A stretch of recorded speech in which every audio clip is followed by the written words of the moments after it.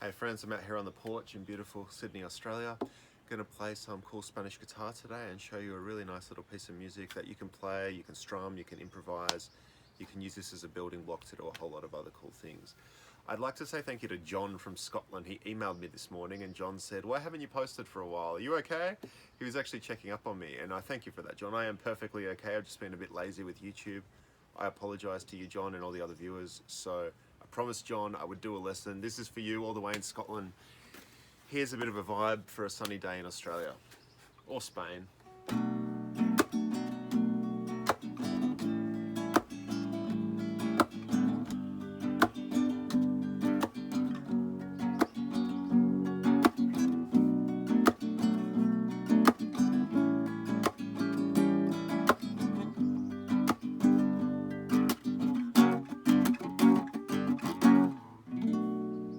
That's the kind of vibe we're going to go for today. There'll be some improvisational options that I provide and endless improvisational options that you can obviously come up with yourself.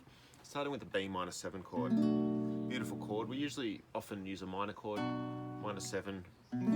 Bit of elegance, bit of flair there. Very cool chord. Then it's an A7. Once again, using those 7 chords just to add a little bit of harmonic interest, a bit deeper than a usual major or minor chord. There is nothing wrong with major or minor chords. I play them all the time. Everyone plays them all the time. They're the building blocks. But 7th chords are a really great way to add a little bit of color to your chords. So A7. I'm not giving the voicings here, but I might just very quickly do it. So the B7 would just be from the 5th string, 2, 4, 2, 3, 2. The A7 would just be from the A string, 0, 2, 0, 2, 0. Then there's a G major. You can either do like a bar chord at the 3rd fret or an open G major. They both sound very cool, and you could even combine the two, which is a nice thing to do. And then an F sharp major. That's an F sharp major. And then we're going to play with the F sharp. When we hit the F sharp, very Spanish sounding thing to do is bring in that 3rd fret note and the 0. So on the low string, there's a bit of that 0, 2, 3. That's definitely something you can improvise. I'm not going to tell you to do it exactly like I do it. It's just more about bringing that beautiful color there. So that's the strumming pattern. So it's divided into 2 halves. It's quite simple, but I'll talk you through it. It's divided into 2 halves, and the hit is going to be the breaking point, that half point. That's the first bit. So dun da da. It's down, up, hit. The downstroke, it's not a strum, it's not a strike, it's a rake of the thumb. You can hit that, it's just a little bit more chilled, a little bit more slow, a little bit more beautiful. So we're not strumming, we're not hitting, we're not doing it, I mean it's going down, yes, but it's not just a normal downstroke, it's I like to call that a string rake. Each finger of my thumb, or the thumb, is hitting each string on the way through to the next string. It actually rests for a microsecond. The thumb, after it's done that beautiful rake, comes up, and the nail, that's more of a strike, that's more of an up strike.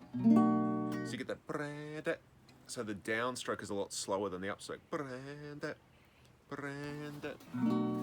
It's a good example of how very, very subtle things can have an impact on the music that you're playing. And then you hit. The hit is just a nice strike on the instrument. Obviously don't bash your guitar, but also don't be scared. Just give it a nice percussive hit.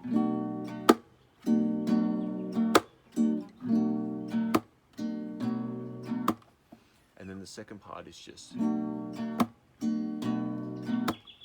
up, down, up, hit. Up, down, up, hit. And you can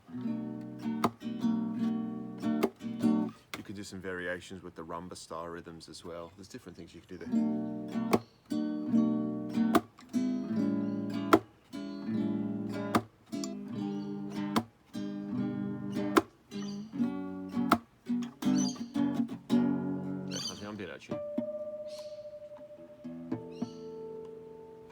And then if you want to play some melody, there's some really cool stuff you could do. So from that Bm7 chord, That's one of my favorite things to do. So on the high string, that's 5, 2, 3, 5, 3, 2. And then also on the B string, 5, 3, 2. So you've got a great little note pattern to play with there, and then you can just include the B note at the 4th fret of the G string.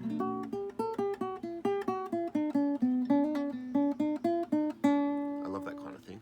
I love to grab like a minor 7 chord or a minor chord, and then just make a little pattern. I'm not choosing those notes just at random, but it's a pattern, so you can make your own patterns. You can go 3, 5, 3, 2, 3, 5, 3, 2. You can go 5, you know, whatever. Make your shapes, make your patterns. And far preferable to playing mine or anybody else's is making your own, and it's not hard. On the A7, great little thing to do is bring in the 3rd fret note and the 1st fret note. Nice and Spanish there. The G, I typically don't do that much to it, and the F sharp, I already showed you how to play along the low string with that. So that's it for today. That's just a little bit of relaxed Spanish guitar you can play on the porch. I thank you for watching. Thank you, John from Scotland, for checking on me. I'm perfectly fine. I'll post more often. You've roused me from my laziness, and I'll see you guys next time. Thank you very much.